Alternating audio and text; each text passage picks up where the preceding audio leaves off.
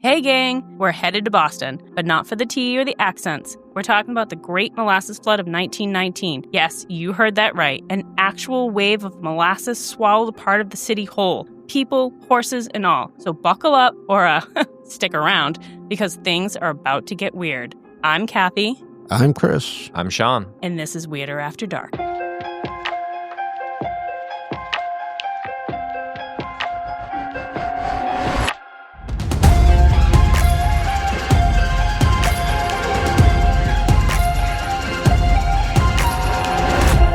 So, Chris, Sean, have either of you been to the North End? To Boston? What? I've been to the North End, yes. I was just there actually a couple weeks ago. Hit a couple Italian restaurants. Nice. Fucking some amazing food. Chris, just because you're Italian, I don't want you to get this compliment, but you fucking people, they make great carbs. Great fucking carbs, Oh, man. So good. So good. fucking good. I usually go there for the Irish food, Shut up. right? Something boiled, you know. Listen, you know what? I should kick the Italian's ass. He's like, I love potatoes. Actually, I do love potatoes. Yeah, I do. I love potatoes too, Come on, yeah. come on. What's your favorite part about a North End experience in Boston? Not gonna lie, it's definitely like the pastries. Ooh. Yeah. So good. Yep. So good. I went to a pastry shop when I was down there, and I can't eat anything in there. But Yeah. I get in there, and I'm standing in line to the pastry shop, and the people I'm with, they order their food, and it's apparently like the best like cannoli place in the North End. I can't remember the name of it, but there's like an older woman who like must run the place, and she sits there, and the other two are ordering, and she's like, "Go get the silverware and the napkins. It's on the other side, like straight to me." And I'm like, "I'm not even eating this shit. I ain't going to go get stuff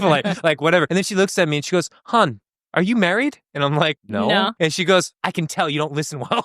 I was just like, damn, I just got burned by an Italian lady. Can I just tell you, be very careful around an Italian woman in her kitchen because she will put you in your fucking place. I got checked. I got Yes. checked. I was like, I'm on a work trip. Show me some respect.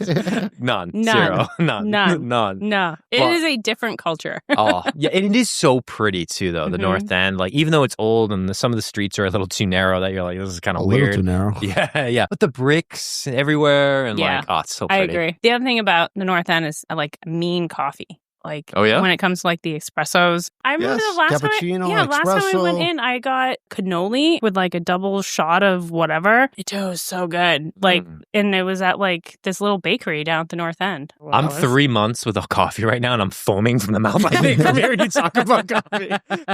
You like coffee? Like, you had what? A cannoli and what? Cappuccino? Coffee? Can you say coffee slower? You've gone 3 months without coffee? 3 months without a coffee, man. Wow. Yeah. Why? Gee, I hate myself. No. I woke up one day and I was just like, you can't control me, coffee.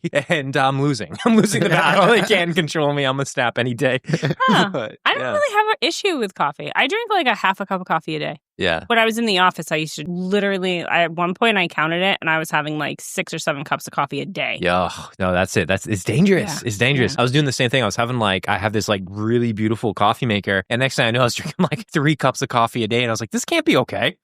Like, this can't be okay. Like, everything is good in moderation, even moderation. But my coffee moderation became really unmoderated. So yeah, I don't know. It was just all I drink is coffee. Yeah. They're like, Shawnee, want a water? I'm just like, I don't know. Did you put fucking caffeine in that? Where's the beans? I need the black gold. Give me the gold. And I was like, I got a problem. I've kicked coffee, but I have not kicked this molasses fucking intro that you just had. Did you say animals and humans died from molasses? Animals and humans died from molasses. Molasses, Chris. See, I know this story, but I don't know anything about it. I just know that it happened in Boston and it was tragic. Absolutely insane. I'm going to be so scared to bake going forward from here. To understand just how strange and surreal this disaster really was, we've got to rewind a little bit and go back to Boston in the early 1919. A city standing right on the edge of chaos. World War I had just ended a few months earlier. Troops were coming home, but instead of peace and tranquility, they ended up finding a country in turmoil. The Spanish flu pandemic was still raging, claiming tens of thousands of lives across the United States,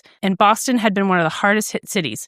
People were sick, grieving, and exhausted. On top of that, the economy was in upheaval. Jobs were scarce, wages were low, and inflation was climbing. Labor strikes were erupting across the country. In fact, Boston's police force would walk out on the job later that same year in one of the most famous strikes in American history. And politically, the country was neck deep in what historians now call the First Red Scare, a full-blown panic over anarchists, socialists, and foreign radicals. There were mail bombings, mass arrests, and surveillance. If you had an accent or the wrong pamphlet in your pocket, you could end up in jail. I don't know about you, Chris. Is this feeling a little close to home right now? Yeah, this sounds familiar. They do say when you forget about the past, you are doomed to repeat it. Ooh, okay. A little bit That's of a wisdom warning. here. Fucking deep. And just to add more fuel to the fire, Prohibition was right around the corner. People were stockpiling their booze, the black market was brewing, and tensions were high in every direction.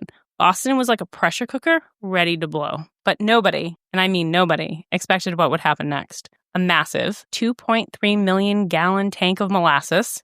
2.3 million gallons. Yeah, I'm trying to picture that. That's like an Olympic swimming pool, right? It's It's got to be more than that. more It's than a, that. right? it's a lot. I just keep thinking 2.3 million gallons of milk. Oh, that's Yeah, way that's too a much lot. milk. So much dairy. The tank, it was a beast. It stood 50 feet tall, 90 feet wide, casting a shadow over Commercial Street. It was owned by the United States Industrial Alcohol Company, storing molasses to be turned into industrial alcohol, and more importantly, my favorite, rum. Rum. With Prohibition looming, the company was racing the clock to cash in before the booze business dried up. According to court records and research detailed in Stephanie Pullo's Dark Tide, the tank was slapped together in a rush, built with steel that was too thin and rivets that popped under pressure. And no real safety testing had been done before it was filled to the brim. From day one, it leaked. Locals complained about the strange groaning sounds it made, the syrup bleeding down the side, but instead of addressing the problem, the company literally painted it brown just to What? hide the dripping. Yeah, they painted it brown so you couldn't see the fact that it was leaking. They sure did. This is That why we don't need old- regulations, Yes. people, right here. This is a great example. Deregulate. This reminded me, when I was reading about this, it reminded me of your episode where they like held the tanks together Oh, with the yep. rubber Oh, the bands. nuclear incident? Yeah, the Yes. nuclear incident. I love that, though. They're like, it's leaking. No, it's not. Spray paint. Yeah. For months, people had been warning the company that something wasn't right. The Irish and Italian families living in the shadow of the tank knew the sound by heart. The metallic groan of stressed steel, the eerie clanking of the structure flexing and settling. Thick molasses seeped from its seams so often that neighborhood kids turned it into a game. They would take sticks and go up to the tank and scoop up the molasses as it dripped down the sides, and then they would eat it like it was a snack. Okay. Free snacks for everybody. Hey, Frankie, molasses time. Well, Get the sticks. Did they not have fences around this facility? Was it just like open? Was there no safety precautions at all? Well, my question is, how desperate are these kids? They think molasses is a treat. Like, this is a bad time in life. It's 1919. Have you ever Molasses tasted probably- molasses, like, raw? It doesn't taste good. Especially off of a spray painted tin can. This Off is a like the stick. first version of an ice cream truck coming to town. Let's go down to the molasses tank and have something to eat. On the afternoon of January 15th, 1919, the temperature in Boston rose unexpectedly to about 40 degrees. It was warm enough to accelerate fermentation inside the tank. As gas is built, the pressure mounted inside the already fragile structure. Then, without warning, the tank erupted with a roar. Witnesses described it as sounding like machine gun firing, rivets snapping one by one in rapid fire succession, pop, pop, pop, pop, pop, pop, followed by a thunderous boom that shook the ground. In an instant, 2.3 million gallons of molasses burst free, unleashing the wave 25 feet high and moving at 35 miles per hour. That's faster than a human can sprint. The wall of molasses didn't ooze. It charged, twisted steel, and crushed anything that stood in its path. The elevated train tracks along Commercial Street, supported by thick steel girders, were snapped like twigs. No way. This is giving a new meaning to slow as molasses, right? Yeah. Like, this is as devastating and fast as molasses. It's charging. It's It is- Charging. It just Tsunami. exploded. Yeah, it was like a tidal wave coming in. It doesn't take much to be faster than me, but the fact that molasses was is impressive. I'm just picturing Seriously. like the tsunami that hit like Fukushima, yeah. excuse me? Yeah, And it's just washing everything Oh away. my God. But now it's sticky icky. Well, Engine 31 firehouse collapsed almost immediately. Horses and wagons were flipped like toys. People were lifted off of their feet, thrown into walls, pinned beneath collapsing debris, and simply vanished into the flood. Screams echoed through the streets, muffled by the syrup. People trying to escape found themselves slowed to a crawl. Boots sucked off by the molasses, legs bound in the sticky wave. Debris floated on top the brown tide, barrels, splintered beams, carts, and bodies. They just floated by. Well, I'm making fun of this, but this is fucking horrific. Yeah, right? This really happened. This is like traumatic. Would you rather Titanic and go down with it or die in the Boston molasses accident? Like what would you rather? Titanic, obviously. Yeah? Yeah. Why? Wait, why? Well, you say obviously, like, no brainer. Fucking going down the Titanic. Jack's going to be there and he's going to give me the door. And... Jack did not get the door. Yeah. I don't think I watched the whole movie. You know. There's not enough room, Chris. There's not enough room. There's not enough room. But she'll never forget you, Jack. Kathy, what about you? What do you think? I think both are terrifying, but in all honesty, I probably would rather go down with the Titanic. Yeah, same. Yeah. I mean, you get hypothermia, it kind of like slows you down. You kind of go to like sleep, I think. Whereas the molasses, I feel like was probably really quick. Well, Martin Clarity, he was one of those people who lived during this incident. And at just 38 years old, he lived in a 3-story home near the molasses tank with his mother, brother, and sister. He'd been up late the night before working at a local bar and was finally catching up on a little bit of sleep when he was jolted awake by a low, unnatural rumble. At first, it didn't even seem to register danger. It was just an odd vibration, like a train passing too close. Then the house began to groan. The walls cracked, and within seconds, the structure was torn from its foundation. Martin was thrown violently from his bed. Before he could even get his bearing, he was underwater, if you could call it that. The molasses was suffocating. He described waking up submerged in the syrup, several feet deep, unable to breathe. The weight pressing on his chest like a vice. His arms flailed blindly in the dark goo until miraculously he grabbed hold of something solid, the wooden frame of his own bed that had been drifting through the wreckage. It's all terrifying, though. Yeah. This is like horrifying. When you told me about a molasses accident in the beginning, I'm like, ha ha ha, you died by molasses. And it's like, no, this is fucked up. It's super, super fucked up. So basically, when the molasses wave came, it took his house down. Yeah. And when he came to, he was like submerged in it. Oh. So yeah. So it wiped out anything in its path. How do you even get out of it? Like he was able to like get his floating bed? So the molasses is at a warmer temperature at this point, and it's pushing through. It's not caramel. It's sticky, but it's not like that thick. There is a little bit of flow to it. Okay, yeah, I'm thinking of like maple syrup that you put in the fridge versus left out. Yeah, imagine when you open up the maple syrup like fresh off the shelf, and then you open it, it like flows smoother, right? Yeah. Versus, like you said, out of the fridge, it kind of has that slower movement to it. At this point, it's like fresh off the shelf. All right. Well, Martin was grasping for air and somehow spotted his sister Teresa, trapped nearby and struggling to stay above the surface. Using the floating bed frame, he pulled her to safety and saved her life. But unfortunately, his relief was short-lived, and when the search ended, they learned that their mother and younger brother had both been killed, most likely crushed by the pressure of the house. Oh, so sad. And then there was Anthony DeSterio, just 8 years old, a skinny little kid walking home from school for lunch with his sisters. The North End, it was his whole world. The narrow streets, the close-knit families, all the kids, his friends playing stickball between the stoops. For Anthony, January 15th, 1919 was supposed to be just another Wednesday. Then came the sound. He said it was like thunder. Not from the sky, but somewhere deep beneath the earth. A deep, bone-rattling rumble that echoed off the brick buildings and seemed to get louder with each step. He turned around, and he saw it. A wall of darkness barreling towards him. Not water, not smoke, but the thick, fast-moving molasses. It towered above him, taller than a man, taller than a horse, and he didn't have time to scream. He didn't have time to run. In a blink, the wave swallowed him. He was tossed through the air like a rag doll, slammed to the ground and buried. The molasses wrapped around him like cement, forcing itself into his nose, his mouth, his ears. He couldn't move. He couldn't breathe. He said later that everything went black. Not like black like when you go to sleep, but like a black sinking feeling. When rescuers found him, they didn't even know if he was alive. His body was just limp. It was just coated head to toe in molasses. He was unconscious, grasping, but he was alive. Anthony survived, but the trauma at that moment of being swallowed by something so surreal, it never really left him. One minute he was just walking home for a sandwich, and then next, He was nearly entombed in sugar. I can only fucking imagine what you're thinking if you're like, hey, it's a great day, and you turn around, there's a brown wave coming at you, and you don't know it's molasses. You know you're captured in it. Yeah. 8 years old. That's crazy. Insane. But I also feel like what brown wave would be coming after you? You're thinking it's like sewer shit or something, right? like that's got to be your first thought. You're like, I'm gonna die in a fucking wave of shit. Yeah, like I don't even know. Like, what would you think? Like, I have no idea. Like, I don't even know. Like, does your brain even have like the time to register like what it could be? Obviously, I've never had that experience. Hopefully, I never will. But I don't know. You probably won't. Thankfully, I mean, yeah, I don't know. She's not lucky. I'm lucky that I was not alive in 1919. But you're unlucky enough to be the only one who's died from molasses since. I could see it. Spaghetti and the maple syrup. Yep. Yeah. Takes up like 2.3 million gallons. Yeah. That's a lot.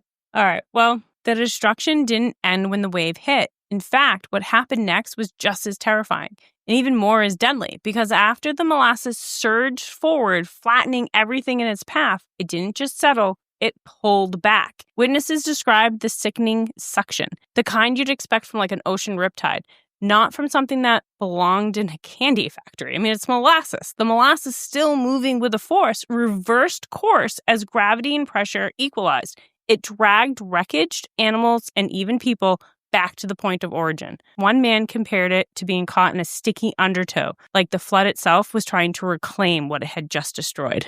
A tsunami of molasses? Yeah, it's like the undertow at the ocean, right? It's a big-ass wave, and it's going to pull back afterwards under its own pressure and weight. Like, imagine just being, like, fucking bashed around by molasses. Your day's not bad enough, and all of a sudden you're going to get some fucking cement burn on fucking the way back. Like, oh my God, no. It's so bad. Well, survivors who had barely managed to stay above the surface found themselves being pulled backwards into the chaos, sucked under collapsed debris, and dragged deeper into the wrecked buildings. Rescuers had to fight not just against the weight of the syrup, but the motion of it. Shifting currents of sugar dragging bodies and beams alike, it was a second assault, and one that no one had seen coming. The first responders were on the scene quickly, but they weren't prepared for what they stepped into. I mean, how could you be? Literally, right? Yeah. You haven't run your molasses drills this week? Come on. How do you fight molasses? It's not water. I know that. I was going to say bread, but that's not. Kathy's just dipping bread in the molasses. Yummy. I'm going to eat my way out. The moment boots hit the ground, they sank deep. Horses panicked and thrashed, unable to gain footing. Firemen and medics moved in slow motion, each step like wading through this thick mess. What made this disaster even deadlier was the weather. As mentioned earlier, it started off unusually warm for a January day in Boston. By noon, the temperature had climbed to around 40 degrees, which we know is what caused the eruption. But as the day wore on, as we know from being New Englanders what ended up happening, the temperatures dropped. That thick wave of molasses, which had surged through the streets like water, began to stiffen and cool. What was already a nightmare to wade through turned into something far worse, a congealed mess, cold and dense, like glue settling around everything and anyone caught in it. It clung to clothes, to skin, to every surface it touched. One newspaper described the scene with a haunting image. They said people looked like flies on fly paper. Oh, the imagery. Yeah. That's not a nice image. I don't like it. By the time the search ended, the toll was staggering. 21 people were dead, 150 injured. Some were crushed under debris, others suffocated in the syrup. Entire buildings had collapsed under the force of the wave, trapping people inside. In the days that followed, the North End didn't look like a neighborhood anymore. It looked more like a war zone. Police officers, Red Cross nurses, even soldiers from Army and Navy waded in to help. It was a full-scale disaster response, and the enemy was molasses. Some nurses didn't just treat the injured. They dove into the molasses themselves to reach people buried beneath the muck. Others worked tirelessly at the edge of the flood, wrapping survivors in blankets, dressing wounds, and handing out hot food to rescue workers. With so many injured, the city had to turn a nearby building into an emergency hospital. Surgeons operated by a lantern light, their boots sticking to the floor with every step. Even just moving through the streets was a battle. You couldn't run. You couldn't even walk normally. The molasses pulled at you, slowed your limbs, and refused to let go. Rescue workers didn't stop after the first wave hit. They couldn't. For 4 grueling days, crews clawed through wreckage and waded through waist-deep molasses in desperate search for survivors. And then, unfortunately, for the dead. But what they found wasn't always recognizable. The molasses had done more than drown and crush. It preserved. It formed a thick, sticky shell over the bodies, coating them like a lacquer. Faces were glazed, clothing fused to the skin. In many cases, family members couldn't even tell who they were looking at. Identification became a slow, heartbreaking process. Even worse, some victims weren't found at all, at least not right away.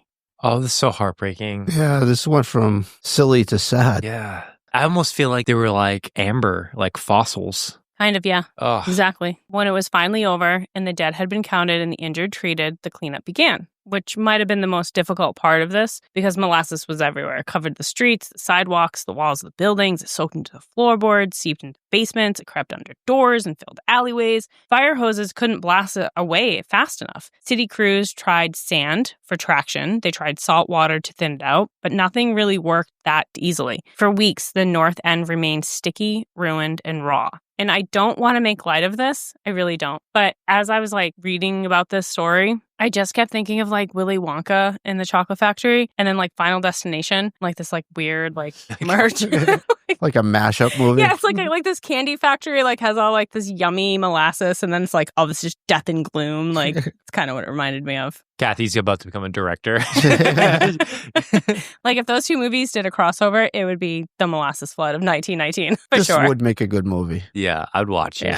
Yeah, I'm not going to lie. Halloween this year coming out. Well, once the syrup settled, the last of the dead were counted. The question on everybody's lips was, of course, who's responsible for this, right?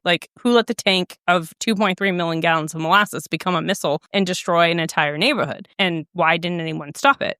Can I guess justice was swift and the company got fined and people got put in jail right away? Oh, that's so naive Yeah, of you. it was nice. No, that's not what happened. Oh, shocker. Well, the answer on paper was clear. The tank had belonged to the United States Industrial Alcohol Company, the same company that had rushed its construction, ignored the leaks, and made no effort to ensure the structure was sound. But instead of stepping in and admitting fault, of course, as we suspected, they deflected. The company didn't just deny blame, they launched a full-scale smear campaign. And in doing so, they leaned into one of the darkest undercurrents of the time, fear of immigrants. What, they brought the molasses across the border? What are we talking about here? They blamed the Italians. That border. They blamed the Italians. The Italians destroyed it to destroy their own neighborhood, I guess. Yes. Their defense was that the tank hadn't failed because it was poorly built, but according to their lawyers, the tank had been bombed, sabotaged, blown apart by foreign anarchists. Specifically, they blamed the Italian immigrants in the North End, the very same community that had been devastated by this disaster. Typical. It wasn't just tone deaf, it was calculated. This was 1919. America was deep in the grip of the first Red Scare. People were terrified of communists, anarchists, labor unions, anything that smelled of revolution. Bombings had occurred in cities across the country. So the idea of a radical plot, it played well with the public's paranoia. And Italians, especially those who were poor, working class, and Catholic, were already seen by many as a dangerous outsider. The company's legal team weaponized that bigotry. With zero evidence, they claimed foreign-born radicals had destroyed the tank to send a message, as if dozens of their own neighbors hadn't been killed in the process. There was no blueprints, zero dynamite, no witnesses. They used fear, racism, and the desperate attempt to avoid accountability. This is why you cannot trust large corporations that are ultimately, at the end of the day, just trying to do nothing other than making a buck. So the second they fuck up because there are no regulations or checks and balances to make sure that they're being held accountable, they're going to point the finger to the fastest motherfucking way to make sure that they don't have to pay a fucking penny. And that is absolutely insane. Preach! Damn. Yeah. We just became a political talk show. So she wanted it. She wanted it. I was trying to bite my tongue. Yeah. Damn. I dude. did want it. This is insane. This is literally the same thing that happened down in fucking Rhode Island with nuclear accident. Yep. Yeah, they literally went ahead and then blamed the guy as if he was some fucking tool just to avoid having to pay a fucking fine. It's just insane. Yeah. It's insane. Corporate America will do whatever they need to do to line their pockets to avoid accountability. As long as they are making out in the end, they don't care who they step on. And of course, they blame the Italians. Oh, come on now. The Irish have had a lot of their finger pointing. Not nearly as much as the Italians. Every episode you make fun of the Irish. We've gone through so much more than the Irish. Yeah. Okay. It's true. You guys got the North End, okay? What did we get? We got Southie. Southie. Yeah, that's a win. Chalk that up as a W. We got some good fucking bars. We got some nice pubs. That's just the Irish mentality. I mean, the Irish food sucks though. They got the North End and fucking bread. Okay, like they got the wins. They really do. They Fucking have bread. All the carbs, pasta. So good. Oh, pesto. Oh, Jesus Christ. Okay. Alfredo. Okay. Molasses. But Boston didn't buy it. The public wasn't convinced by corporate finger pointing or whispered rumors of immigrant saboteurs, not when entire families had been buried in syrup, not when buildings lay in ruin. What followed was one of the most extensive civil investigations in Massachusetts history. The case dragged on for nearly 5 years. Over 3,000 witness testimonies were gathered. Experts in engineering, chemistry, metallurgy, and construction all testified. A court-appointed auditor, Colonel Hugh Ogan, was brought in to examine the facts independently. And when Oden released his final report in 1925, his conclusion was damning. The disaster was entirely preventable, and the blame lay squarely on the United States Industrial Alcohol Company.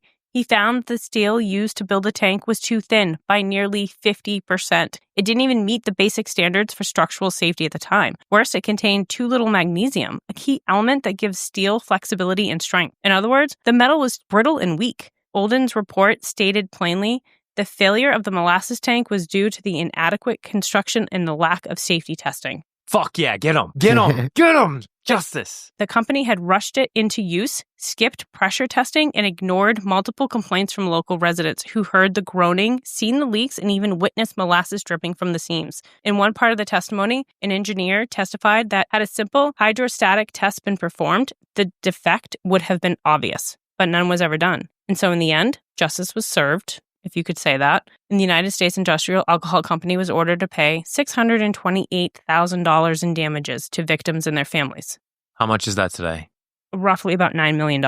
21 deaths. $9 million. But 150 injured. Yeah, justice was not done. Not served. No. Not served. Tell me, though, a bunch of regulations came into play and it never happened again? Yeah, so Nice. this settlement was not life-changing, for a corporation or these people, but a landmark ruling in terms of corporate accountability because this case did something that hadn't really been done before.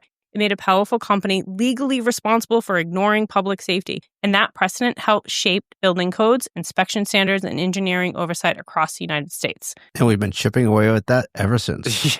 Slowly just saying, no, none of that applies. More than a century later, the Great Molasses Flood hasn't completely left Boston. Locals still whisper that in the hottest summer days, when the summer sun bakes the bricks in the North End and the hair hangs heavy, you can catch it. A faint, sweet scent, the ghost of molasses. Sounds like folklore, but there is supposedly science to back it up, according to researchers from MIT and Boston University.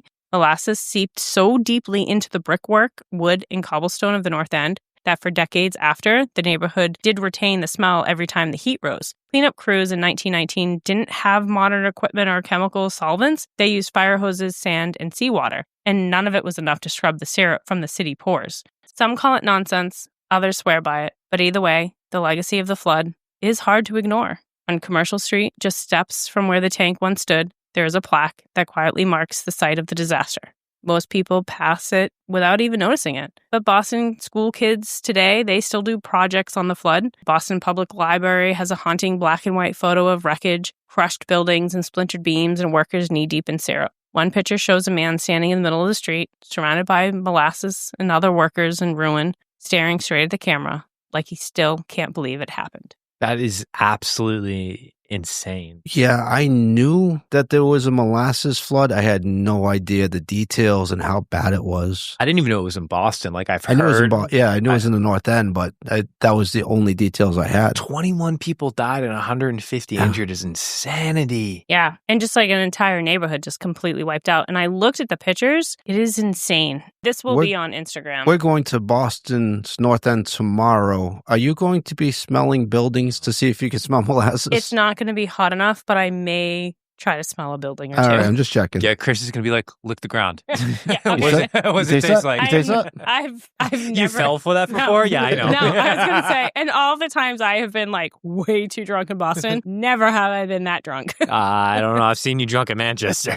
No. You hugged a tree for a good 20 minutes. I love that tree. That is an insane picture, though. That just like the chaos clearly, like right there. Absolutely crazy. I can't believe that there was so much. It took down buildings. I mean, that entire neighborhood is devastated. Yeah, and it had, like when you go through Boston and it has those elevated train railroad tracks that are up on like the bridges, it literally took one of those down. Nuts. The steel beams just completely destroyed it. Absolutely nuts. Whether you are left or you are right, we need corporate regulation, people. Like, you can't trust nobody out there. Goddamn. Fact. Ugh. Fact. Man, well, Kathy, thank you. Thank you for sharing that. That was absolutely devastating. I really want to. It was really sad. Thanks. I know. I'm really sorry because I keep trying to start my searches out being like, I want to do a fun, lighthearted story. And then it started out fun and like, oh, molasses. I can totally see how you'd think that. Yeah, you're like a molasses accident and then 21 people die. And you're like, oh my God, it's an accident. Like, I can see it. People love your storytelling because you bring some emotion into it. You bring these stories to life. And as much as we could, we appreciate it. I'm having fun. And I thought this is a cool story. Like, this story was not as slow as molasses.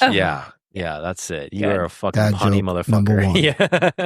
Kathy, thanks. I enjoyed it. And gang, we hope you enjoyed it. And if you did, make sure you go ahead, as Kathy said, and check out our Instagram. That is at Weirder After Dark. Kathy will go ahead and post some absolutely devastating and sticky photos so you can see a little bit more information about what exactly happened on that day in 1919. And don't just stop at Instagram. Make sure you visit us over on Reddit and our Facebook, where we are growing some communities. And there you can talk to individuals who are enjoying this podcast like yourself and have a chance to interact with maybe one of the three of us, us Bostonians over here, us cool cats. 1919, the Boston Red Sox won the World Series, right? I actually Googled that because I was going to make a joke and it was the White Sox. Yeah. I thought it was them too. I literally did. But there were so many jokes, but they're all not going to work. But just like that's not going to work, you know what else is not going to work? If you do not take a moment to go ahead and send us your stories about weird shit happening in New England. Because if you don't, guess what we're going to do? Unload 230 million gallons of molasses on your ass. So send your weird stories to us and you can send them to thegang@weirderafterdark.com. I promise we won't kill 21 members of your family. We'll kill 0, but it will be sticky and weird. So send those stories. Only molasses stories going forward. No. Send those to Chris@weirderafterdark.com. And don't forget, if you are enjoying this shit, and I mean, if you're absolutely fucking loving this shit, the best thing you can do for us is wherever you are streaming this, whether that is at Apple Podcasts or Spotify or wherever it is, drop us a 5-star review and let us know how we're doing. It would absolutely mean the world to us. And remember, it always gets a little weirder after dark. Bye. Thank you, guys.